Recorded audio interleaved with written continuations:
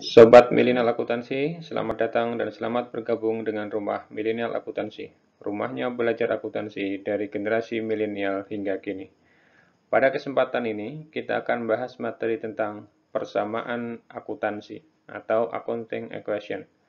Namun, sebelum kita masuk pada materi pembahasan, jangan lupa dukung kami agar dapat selalu menyajikan materi-materi menarik tentang akuntansi terkini dengan cara klik subscribe dan like pada video ini. Sistem pembukuan berpasangan berprinsip bahwa setiap transaksi yang terjadi mempengaruhi lebih dari satu akun yang saling berpasangan, namun tetap menunjukkan keseimbangan dalam pencatatan akuntansi. Konsep inilah yang melahirkan persamaan akuntansi sebagai dasar dalam memahami tahapan akuntansi selanjutnya. Persamaan akuntansi menunjukkan adanya keseimbangan antara aset dengan utang ditambah modal.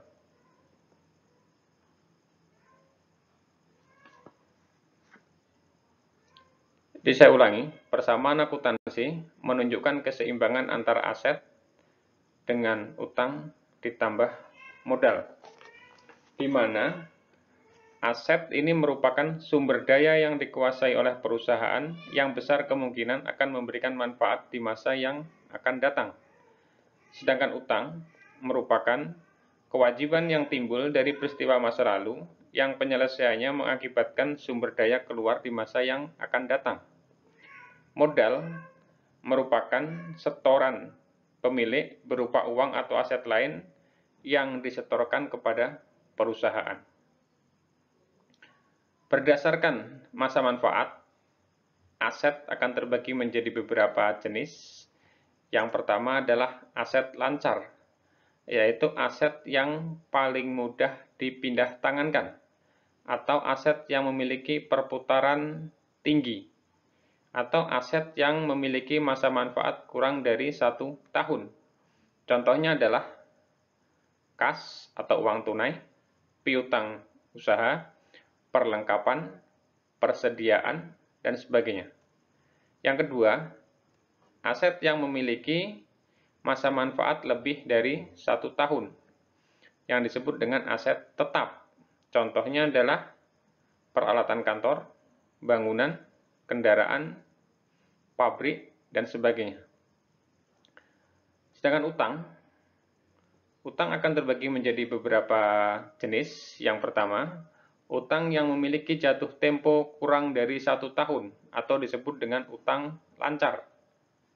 Di masa pelunasannya atau jatuh temponya kurang dari 1 tahun atau kurang dari 1 periode akuntansi. Contohnya adalah utang usaha, beban terutang, dan sebagainya. Kemudian, yang kedua, utang yang memiliki masa jatuh tempo lebih dari 1 tahun atau 1 periode akuntansi. Namanya utang jangka panjang. Contohnya adalah utang bank, utang wasiat jangka panjang, utang obligasi, utang hipotek, dan sebagainya.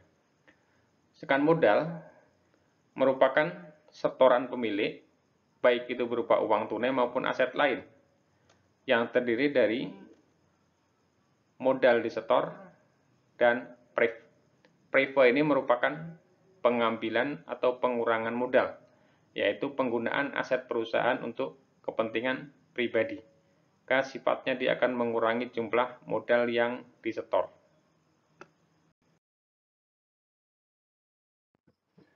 Transaksi merupakan suatu peristiwa ekonomis yang terjadi yang dapat merubah posisi keuangan perusahaan yang diukur dengan satuan nilai uang. Dari transaksi inilah kita akan melakukan pencatatan ke dalam persamaan akuntansi. Sebelum kita melakukan pencatatan, terlebih dahulu kita harus melakukan analisis transaksi untuk mengetahui dampaknya terhadap persamaan akuntansi. Analisis transaksi menjadi hal yang penting karena jika kita salah melakukan analisis, maka akan berdampak terjadi kesalahan pada pencatatan persamaan akuntansi. Kita akan mencoba melakukan analisis terhadap transaksi. Dan kita kembali ke konsep awal bahwa persamaan dasar merupakan merupakan persamaan dari aset sama dengan utang tambah modal. Suatu transaksi yang terjadi dapat berpengaruh atau berdampak pada bertambahnya aset dan bertambahnya modal, seperti investasi awal, kemudian pengakuan pendapatan. Investasi awal akan menambah aset yang diinvestasikan, baik itu kas, perlengkapan, peralatan, maupun aset lainnya. Kemudian akan menambah jumlah modal.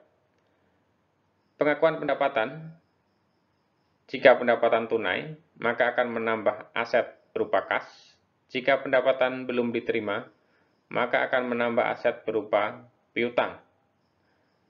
Di sisi lain, pengakuan pendapatan akan menambah jumlah modal kita. Selanjutnya, suatu transaksi dapat berpengaruh terhadap bertambahnya aset dan bertambahnya utang. Contoh transaksinya adalah pembelian kredit, kemudian penerimaan pinjaman.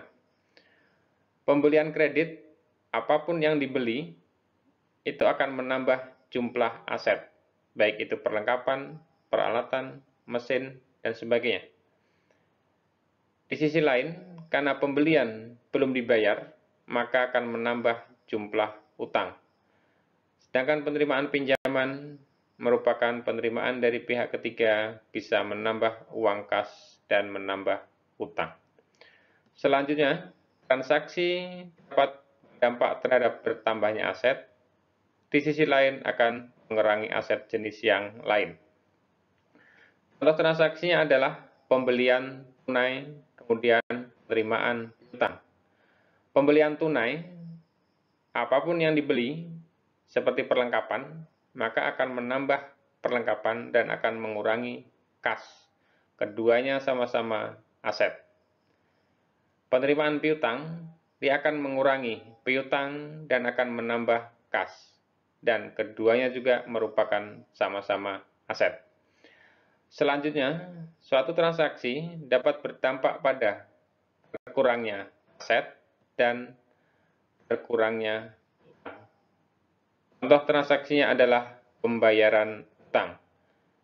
Ketika utang dilakukan pembayaran, maka akan mengurangi aset berupa kas dan utangnya berkurang karena dilakukan pembayaran. Selanjutnya, suatu transaksi dapat berdampak pada berkurangnya aset dan berkurangnya modal. Contoh transaksinya adalah pembayaran beban, kemudian pengambilan pribadi. Pembayaran beban akan mengurangi aset berupa kas dan beban itu merupakan pengurang dari modal. Pengambilan pribadi, apapun yang diambil baik itu uang kas maupun aset lain akan mengurangi jumlah aset dan akan mengurangi jumlah modal. Selanjutnya adalah suatu transaksi dapat berdampak pada bertambahnya utang dan berkurangnya modal. Contoh transaksinya adalah pengakuan beban yang masih harus dibayar. Beban yang masih harus dibayar merupakan suatu kewajiban yang sudah dinikmati manfaatnya, namun belum dilakukan pembayaran. Karena belum dibayar, maka akan menambah utang. Karena yang belum dibayar merupakan beban, dan beban merupakan pengurang dari modal. Pada prinsipnya, dalam melakukan analisis transaksi, yang kita jadikan sebagai pedoman adalah konsep awal persamaan, yaitu aset ditambah sama dengan utang ditambah modal. Apapun transaksi yang terjadi tidak akan merubah posisi persamaan akuntansi jika kita melakukan analisis dengan tepat.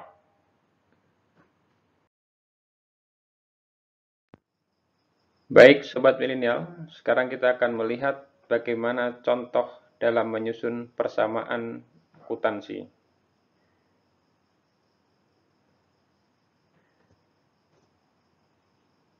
Ini ada transaksi yang terjadi. Seorang milenial bernama Mas Patih yang telah berhasil menguasai akuntansi berkat belajar dari Rumah Milenial Akuntansi, mendirikan kantor jasa akuntansi atau KJA dengan nama KJA Patih & Rekan. Transaksi yang terjadi pada KJA Patih & Rekan selama bulan Mei 2019 sebagai berikut. Sebelum kita melakukan pencatatan, terlebih dahulu kita persiapkan kertas kerja persamaan akuntansi. Garis yang paling atas berisi nama perusahaan, kemudian baris kedua judul dari laporan, yaitu persamaan akuntansi, dan baris yang ketiga berisi periode yang berjalan, yaitu bulan Mei 2019.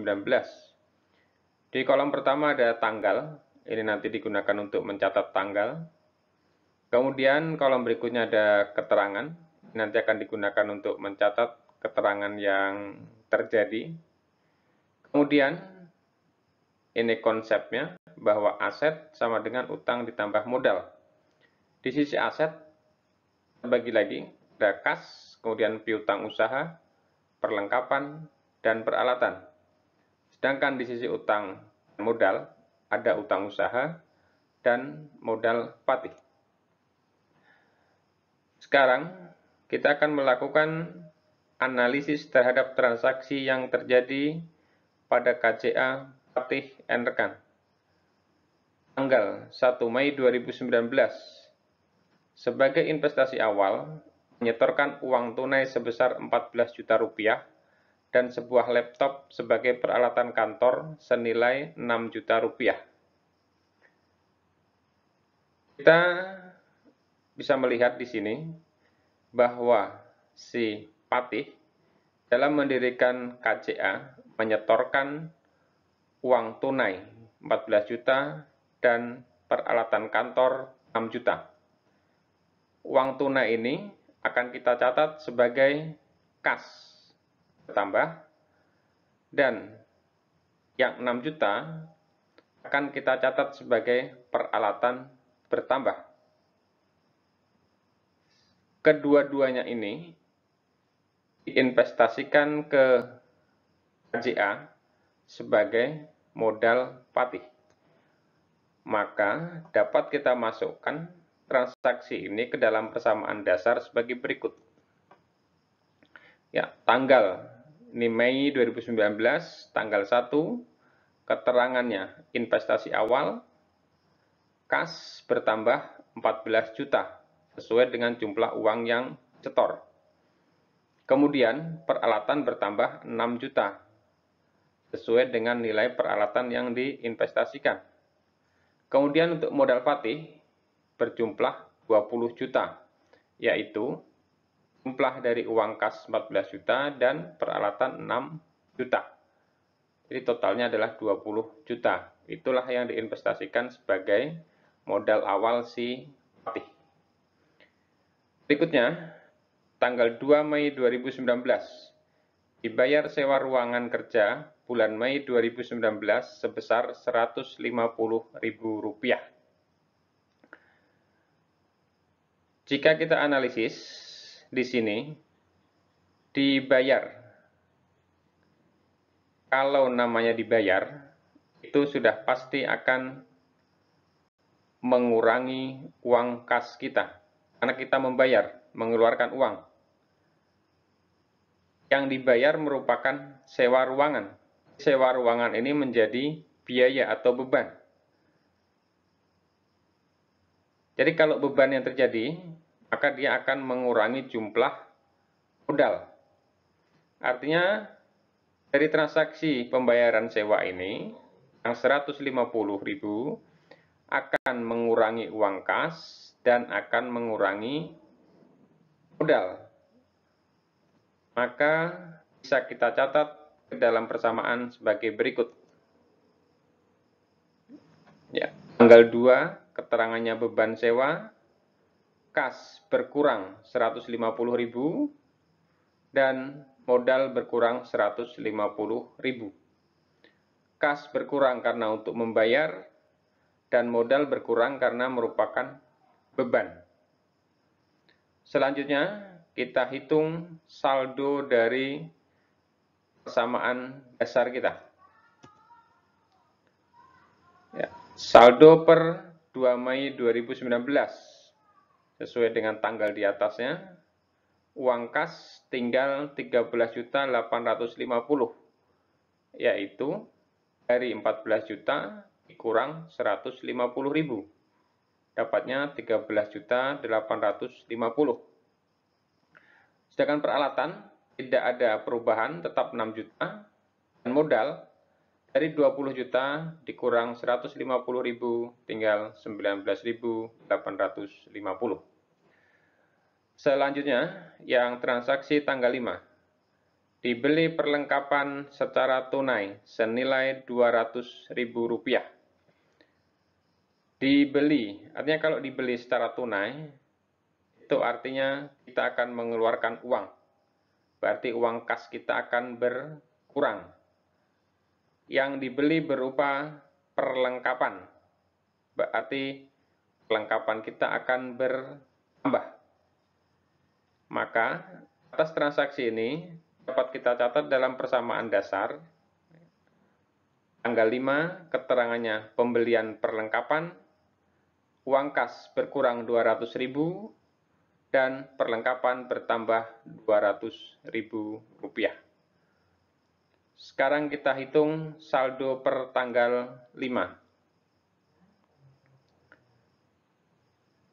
Uang kas 13.650, yaitu dari 13.850 dikurang Rp200.000. Perlengkapan Rp200.000, peralatan Rp6 juta, dan modal Rp19.850.000. Selanjutnya transaksi tanggal 12. Diterima tunai pendapatan jasa sebesar Rp400.000. Diterima tunai. Kalau di sini disebutkan tunai, berarti uang kas kita akan bertambah. Kemudian, yang diterima merupakan pendapatan jasa. Di pendapatan akan menambah jumlah modal. Berarti, transaksi tanggal 12 dapat kita catat dalam persamaan dasar. Keterangan pendapatan jasa menambah kas Rp400.000 dan menambah modal Rp400.000. Sekarang kita hitung saldo per 12 Mei 2019. Untuk uang kas Rp14.050.000. Dari Rp13.650.000 ditambah Rp400.000. Kemudian perlengkapan tetap Rp200.000, peralatan Rp6 juta, dan modal Rp20.250.000. Dari Rp19.850.000 ditambah Rp400.000. Selanjutnya transaksi tanggal 18 Mei. Dibeli perlengkapan kantor secara kredit sebesar Rp100.000. Dibeli secara kredit. Arti pengaruhnya adalah ke hutang karena belum dilakukan pembayaran. Secara kredit sebesar Rp100.000. Karena yang dibeli perlengkapan, maka perlengkapannya bertambah. Maka atas transaksi ini dapat kita catat dalam persamaan akuntansi tanggal 18, keterangan pembelian perlengkapan, perlengkapan bertambah Rp100.000 dan usaha bertambah Rp100.000. Sekarang kita lihat saldo per 18 Mei. Untuk kas Rp14.050.000, perlengkapan menjadi Rp300.000 dari awalnya 200 ditambah 100, dan peralatan Rp6 juta, utang usaha Rp100.000, dan modal Rp20.250.000. Selanjutnya tanggal 26, dibayar honor karyawan sebesar Rp50.000. Dibayar. Kalau disebutkan di sini dibayar, artinya akan ada uang yang keluar. Berarti kas kita akan berkurang sebesar Rp50.000. Dan yang dibayar di sini berupa honor karyawan atau gaji karyawan. Honor atau gaji karyawan ini menjadi beban. Makanya harus mengurangi jumlah modal. Sehingga atas transaksi ini dapat dicatat dalam persamaan dasar. Ya, tanggal 26, keterangannya, beban gaji, kas berkurang Rp50.000, dan modal berkurang Rp50.000. Sekarang kita hitung saldo per 26 Mei. Untuk kas, saldonya adalah Rp14 juta. Dari sebelumnya Rp14.050.000 dikurang Rp50.000. Kemudian perlengkapan tetap Rp300.000, peralatan Rp6 juta, utang usaha Rp100.000, modal patih Rp20.200.000. Dari sebelumnya Rp20.250.000 dikurang Rp50.000.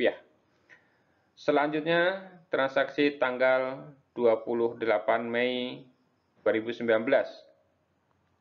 Diselesaikan pekerjaan dari klien senilai Rp350.000, diterima tunai sebesar Rp150.000 dan sisanya bulan depan. Artinya di sini si Patih dan rekan telah menyelesaikan pekerjaan klien senilai totalnya Rp350.000 dan baru diterima tunai Rp150.000. Masih ada sisa yang belum diterima atau masih diterima bulan depan, yaitu sebesar Rp350.000 dikurang Rp150.000, yaitu Rp200.000. Atas transaksi ini, pengaruhnya ke persamaan dasar adalah diterima tunai akan menambah kas Rp150.000, sisanya Rp200.000, 5 bulan depan akan menambah piutang, dan pendapatan sebesar Rp350.000 akan menambah modal. Maka atas transaksi ini dapat dicatat ke dalam persamaan tanggal 28, pendapatan jasa, kas Rp150.000, piutang Rp200.000, dan modal Rp350.000. Sekarang kita hitung saldo per 28 Mei, yaitu untuk kas Rp14.150.000 dari Rp14 juta ditambah Rp150.000. Sedangkan piutang Rp200.000, perlengkapan Rp300.000, peralatan Rp6 juta, utang usaha Rp100.000, dan modal patih Rp20.550.000.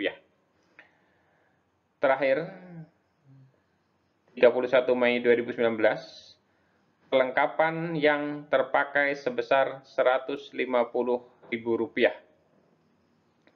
Perlengkapan yang terpakai. Kalau sudah disebutkan yang terpakai, berarti kita tinggal melakukan catatan. Namun sebelum dicatat, kita analisis dulu pengaruhnya. Atas pemakaian perlengkapan ini, maka akan mengurangi jumlah perlengkapan kita. Sebelumnya ada Rp300.000, terpakai 150, berarti akan berkurang 150. Dan atas pemakaian perlengkapan ini akan menjadi beban perlengkapan. maka dia akan mengurangi jumlah modal. Sehingga atas transaksi ini dapat dicatat dalam persamaan ya, tanggal 31 Mei, perlengkapan berkurang Rp150.000 dan modal berkurang Rp150.000. Sobat milenial, berarti semua transaksi yang terjadi di sini sudah kita lakukan pencatatan ke dalam persamaan akuntansi. Selanjutnya kita jumlahkan masing-masing kolom dalam persamaan akuntansi, atau kita hitung saldo per 31 Mei 2019.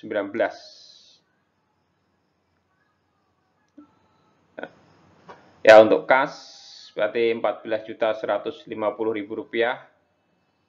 piutang Rp200.000, kelengkapan Rp150.000, peralatan Rp6 juta, utang usaha Rp100.000, dan modal patih Rp20.400.000. Jumlah antara kolom aset yang terdiri dari kas, piutang, perlengkapan, dan peralatan harus sama dengan jumlah kolom utang ditambah modal.